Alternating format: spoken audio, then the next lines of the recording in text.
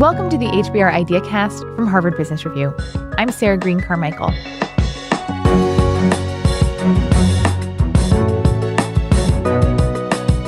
Which person would you rather hire? Someone who has all the skills and experience and can hit the ground running? Or someone who might need a little additional training?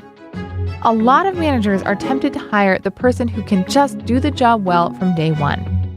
But consider this. And then when they do get that person who can come in that doesn't need any training, then that person's bored really quickly.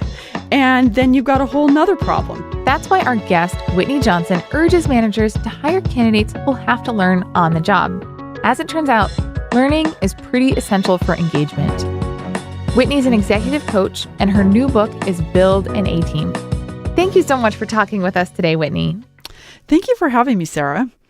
So this all goes back to an idea that you've articulated that people have these S-shaped learning curves, that we all follow this path of learning and it does take this sort of S-like shape. So explain to me how that works. Everyone who's listening, I want you to picture this S in your mind and then think about a new job, a new role, a new project, a new business. And when you start at the bottom of that S, it's like the bottom of a wave. You're going to be very inexperienced. There's going to be this time when you're feeling confused. There are all these different pieces. They're like these puzzle pieces, and you don't quite know how to put them together. You don't quite know how to make sense of them. And that's typically going to last for 6 months to, up to 6 months, sometimes as long as a year, where you're at the bottom of that S, inexperienced, not quite knowing what you're doing. And the reason it's important to be aware of that is that helps you avoid the discouragement that can come where you go home from work and think, I have no idea what I'm doing. Well, you're supposed to not have any idea what you're doing because you're at the bottom of the S. And then as you put in that effort, you start to move to the knee of the curve or the tipping point where your competence really starts to accelerate. And you are feeling incredibly confident. You're feeling engaged. This is the exciting part of that learning curve where you know enough, but not too much. And you're typically in that place for a year, maybe up to 3 or 4 years at most, if your boss is giving you stretch assignments. And then as you move up to the top of that S, it flattens out and you've put in the time to become a master. You know exactly what you're doing, which is good because you've got this great ability to do things. It's super easy for you, but because you're a master and you're no longer enjoying those feel-good effects of learning, you can get bored. And so that's what that looks like. And once you get to that top point, after 4, maybe 5 years at most, it's time for you to disrupt yourself, start all over, go back down to the bottom of the curve, and then continue basically to learn, to leap, and then repeat over and over again with projects, with your career, with businesses, etc. So the idea, right, is that managers will have different people on their teams who are at different stages. So in what way is a highly productive team really a collection of people at different stages on the learning curve? If you think about it, just as an ocean is made up of many waves, your organization, any organization, is basically a collection of S-curves. And you build this A-team, a team where you're optimizing for innovation, the ability to manage through change, with 70% of your people in the sweet spot of that learning curve where they're about to peak or crest. You've got 15% of your people at the low end beginning to swell and 15% at the high end who are actually about to crash. So, but why don't you want everyone on the sort of exciting part of the learning curve? Why is it a good thing to have some people at the low end and some people at the high end? So at the low end of the curve, and again, we're trying to optimize for innovation, right? So at the low end of the learning curve, you're inexperienced. So you're going to be slower, right? That's the downside. But the upside of that is that you're not blind through familiarity. So you ask lots of questions like, why do we do it like this? And on the one hand, that can be kind of pesky, like a 3-year-old, like, oh, why? And yet, if we're willing to be patient with those questions and also not be threatened because they're saying, why do you do it like this? those questions are going to uncover all sorts of opportunities, potentially strategic opportunities for your organization. And so you do need people who are inexperienced. You also need masters, because if you think about the high end of that curve as a mountaintop, they've got this perspective. So on the one hand, they're not necessarily going to be innovative. That's going to be something that the people at the low end and the sweet spot do. But they also have perspective that can be tremendously helpful. They are a library of information. And so if they are willing to transmit that and help people understand and have this perspective, it can be tremendously valuable. Now, of course, the risk is that if they stay too long, then they're going to get bored. And so that plateau basically becomes a precipice. And when people are bored, they either leave or they get complacent and they stay. And so there's downside in both instances. I want to talk a little bit more now about the sweet spot of the curve, because like the fun part is in the middle, right? When you're on that steep part of the learning curve and every day just feels like you're learning something new, you're gaining traction. I mean, if more managers were able to get people in that mindset, what would the impact on the organization as a whole be? Oh, tremendous. Because when you're able to show up and you're learning, I mean, you think about every day, you're like, what do I get to learn today? What do I get to figure out? And who do I get to figure it out with? The question becomes is, how do you make sure that that continues to happen? Because once you get people in the sweet spot, you want them to stay there for a few years. And the way that you do that is you give them stretch assignments. You give them hard things to do. Don't back away from those things that are hard for them, because that's when you're going to continue to every day get that great work. They need to be Goldilocks assignments, not too hard, not too easy, but give them those assignments. There are some folks who may not want those kinds of stretch assignments. They are comfortable in their roles.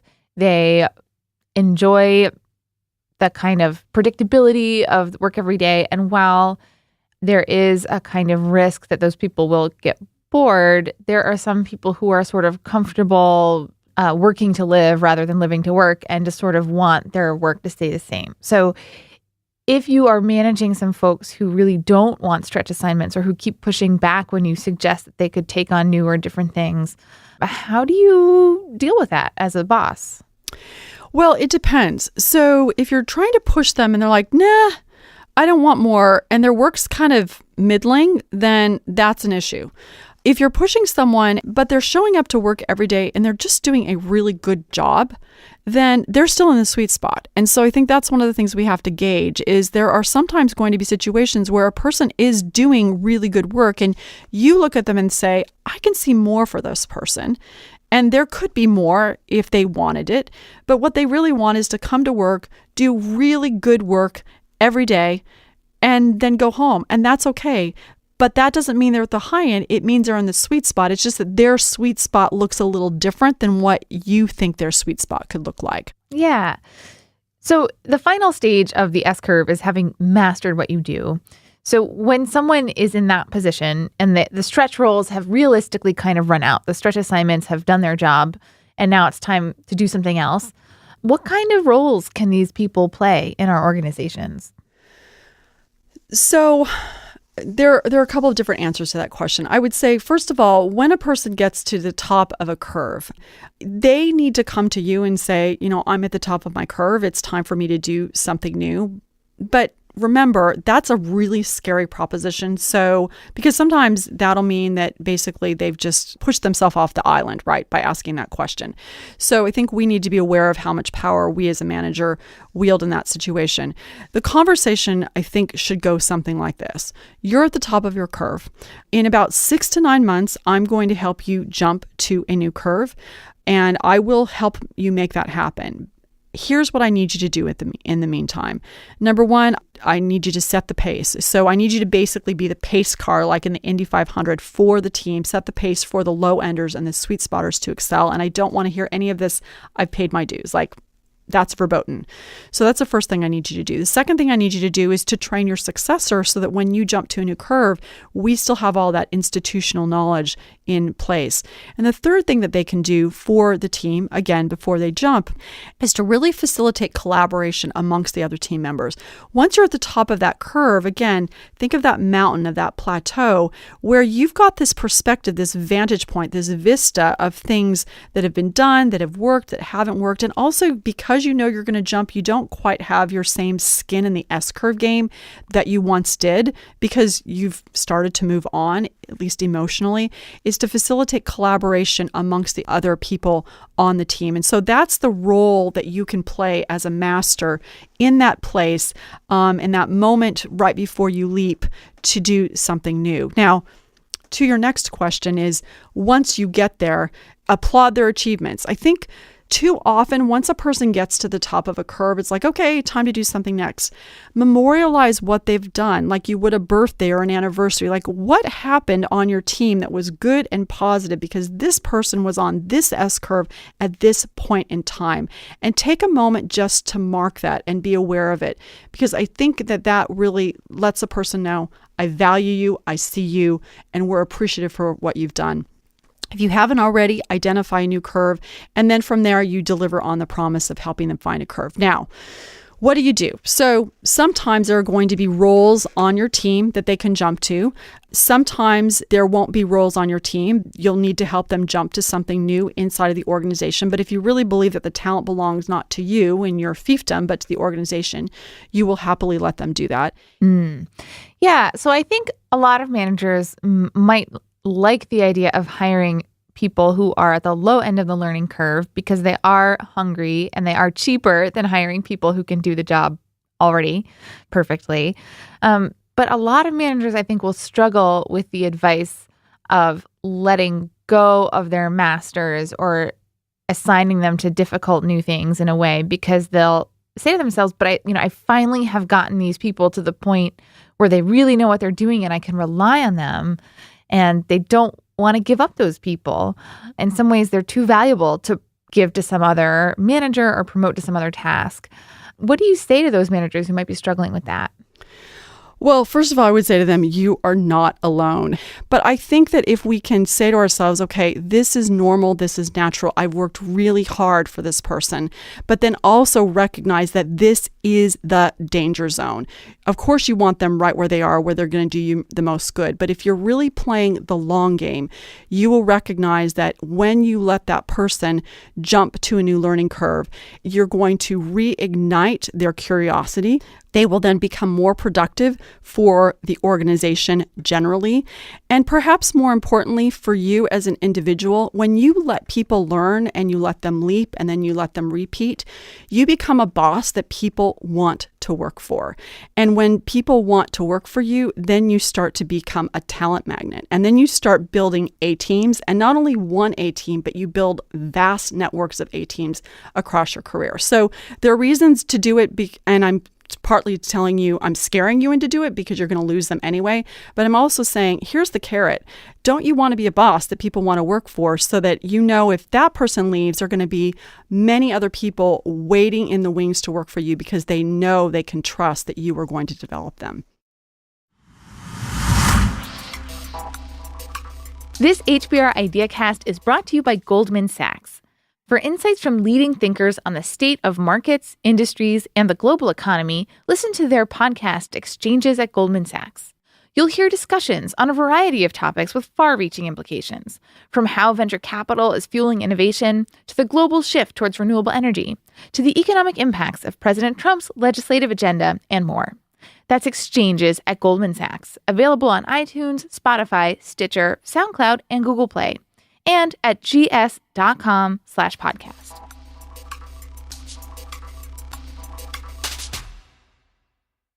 When you advertise on LinkedIn, you can build long-term relationships with customers that often translate into high-quality leads, website traffic, and higher brand awareness. Every day, over 500 million professionals engage with content on LinkedIn, including your customers. And LinkedIn's marketing tools can help you target them right down to their title, company name, and industry. To redeem a free $100 LinkedIn ad credit, go to linkedin.com/IdeaCast. That's linkedin.com/IdeaCast for your free $100 ad credit. Terms and conditions apply.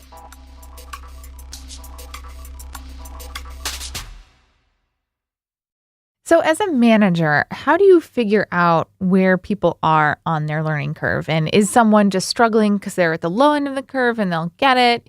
Is someone really engaged because they are learning a lot? Or it's hard to see inside people's heads. So how do you kind of figure out where people are?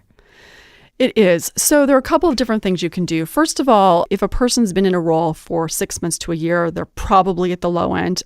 If they've been in a role or on the same project for a year to 3, maybe 4 years, sweet spot, more than 4 years, high end of the curve.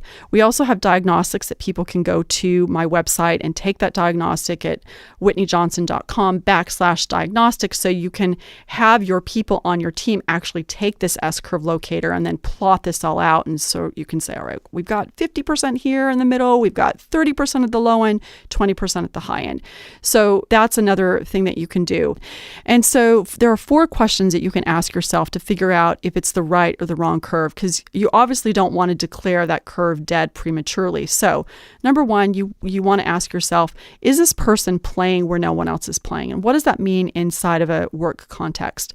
It means that sometimes we hire people to do a job that someone else on the team is already doing, because over time, what we take on shifts and morphs in order to respond to market needs. So you want to make sure that this person's doing a job that no one else on the team is already de facto doing. Number 2, are they playing to their strengths? And you as their manager, it's really important to be able to not only identify a person's strengths, their superpowers, but to persuade them to use those superpowers. Because our superpowers, your superpowers, because they're so reflexive for you, because they're so easy, it's like the air that you're breathing and you don't value it. And so part of your responsibility as a boss is to not only identify a person's strengths, but then make sure that what you see as being valuable, they know that it's being valued, not somehow something being taken away from them. So that's the second question. Play where no one else is playing. Are you playing to your strength? Number 3 is find out, is this hard for that person? Or is it debilitating? So if they're coming to work, they've got energy brimming with, okay, let's do this, then it's the good kind of hard. If they seem like they're dreading their work, they're kind of discouraged, then those may be symptoms of a flatlining curve. And then the 4th, you just got to monitor momentum. And momentum would look like, okay, this week, said employee seemed like they knew what they were doing for 4 hours out of the 40 hours. And next week, it's 8 hours. And so your starting point is usually to a large degree irrelevant. What you want to figure out is, are they growing and how fast? So play where no one else is playing. Are they playing to their strengths?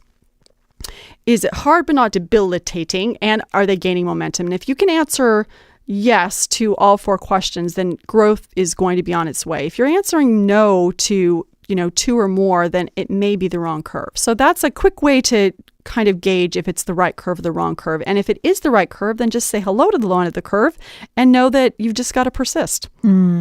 Yeah. So Whitney, you do some coaching as well as the million other things that you do. And I'm wondering, it seems like when someone is making that leap from being really good at something and really skilled, they're at the top of their learning curve, to a new curve, and suddenly they're at the bottom, it seems like that is a moment when some coaching is needed. And what would your advice be to managers who are trying to help someone who's used to being really good at something make the transition to like, holy crap, I don't know what I'm doing? Yeah, I would say, first of all, be patient. Be patient and help them if they understand this S curve or learning curve, and you walk them through that and say, okay, you've just now jumped to the bottom of this curve. You are going to be inexperienced. You are going to be frustrated many days, and you're probably going to be frustrated for about 6 months. And then one day you're going to wake up and say, I'm not frustrated anymore. That's because your brain has started to piece everything together. And the other thing I would say is, when you're thinking about disrupting, whether it's a product or you as an individual, if it's scary and lonely, you're on the right path. I mean, you're playing where no one else is playing, and you're playing where you haven't played before. And so it's going to feel a little scary. So be patient with yourself. And then that's the person who's working for you. Now, you as the manager, you need to have that person's back. And so it's important for you to say to your boss, okay, we're going to try this new project. We're going to put this person here. We think there's a 70% chance it's going to work, but there's a 30% chance it's not going to work. So if it doesn't work, do I have your word that you'll have my back? And so I think that that's another way that we can play this. I think too often we look at things in a very binary, toggle the switch on or off, as opposed to talking through more in, this is the right thing to do. This is what it might look like. This is what it might not look like. Let's proceed anyway and be willing to deal with the murkiness that's going to come, knowing that, we're sub-optimizing the present to optimize the future. So if we are continually pushing ourselves or continually pushing the people who work for us to try new things and experiment and learn, some degree of failure is inevitable. So what can managers do to really make the most of those learning opportunities? Yeah. So I would say, a moment ago we talked about, calibrating the risk and having a person's back. So I think that's a starting point. The next piece is that is to remember, failure is an event, not a person, that it's shame that limits disruption, not failure, that whether we see an experience as a failure or success is a choice, like all those things. I think even if a person is inclined to not allow the shame to creep in, which is what's going to push them back down the curve so that they're not able to continue to move up, it's important that we as managers not affix shame to that or shame them in some way. And so I think that's an important aspect of it. But once that emotional side of it is dealt with, which I would argue is the most important part of it, or at least the part that people struggle to deal with the most, is I would say to yourself, okay, what's the ROI on this failure? What have we learned? What valuable lesson have we learned because of this failure? And I would say, Sarah, when we don't allow people to fail who are on our team, there's something else going on. Because if you think about it, we let people fail all the time. I mean, really, people are making mistakes and they're course correcting every single day of the week. And so if we're not willing to allow a person to fail, first of all, we need to do some internal work, because maybe we're not allowing them to fail because of it's our own shame. But I think there's also another piece of it. If we're really not allowing them to fail, at some level, we're not actually invested in that person. And so we're doing them a disservice by continuing to be their boss, because we're not really truly invested in them and their learning curve. And so we may want to find a new learning curve for them to jump to so that they can have a boss who will be invested in them. And so I think that's also even a signal as well. If it turns out that we're not willing to let them fail, what else is happening? Say someone is at the top of their curve and you really don't see a future for them in your organization. How do you have that difficult conversation where you say to them, as a manager who's genuinely looking out for their learning and growth, like, you've kind of hit your ceiling here? How do you talk to them about that? I think you do exactly what you just said. You say to them, because they will know if you really care about them, they're going to know it. And so if you say to them, I value you, you've done great work, I'm scanning the landscape, these are the various roles that are open, those particular roles are not open to you, and perhaps more importantly, I don't think are the right roles for you, because if they were the right role for you, they would be open to you. And I want you to continue learning because I'm about building you over the course of your career. So I'm going to help you find something else to do. A role for them with a supplier, with a vendor, or with a client. So we've been talking about this a little bit as if the manager has total control over, the ability to promote people or reassign them or help them find new roles. But of course, at the organizational level, this takes a tremendous amount of buy-in from HR. And there are some HR departments who are all about this, and there might be some who are like, what is this manager doing? So what is the kind of role HR can play? And as a manager, are there ways that you can get help from HR or buy-in from HR to manage people this way, so that if someone comes to you and says, I'm at the top of my curve, you can find a new role for them rather than sort of getting pushback from above? I would make it scarier not to change. We're more motivated, we know from behavioral psychology, by what we might lose than what we might gain. So here's how you might frame it when you're working with your team or working with your various stakeholders inside of the organization to get buy-in for this idea. Is number one, if we don't develop these people, we are going to lose them. We will lose our high potentials. If we try to leave them right where they are, they're just going to leave us right where we are. Even if you don't lose your high potentials, if they stay, they're not going to be engaged. And if you're not engaged, you don't innovate. And if you don't innovate, then we as an organization are going to get disrupted. We are going to be less competitive. So I think you can start there. So that's one way, is you hit them over the head with a stick. Well, Whitney, thank you so much for talking with us today. Thank you, Sarah. That's Whitney Johnson. She's an executive coach and speaker. Her new book is Build an A-Team. Play to their strengths and lead them up the learning curve.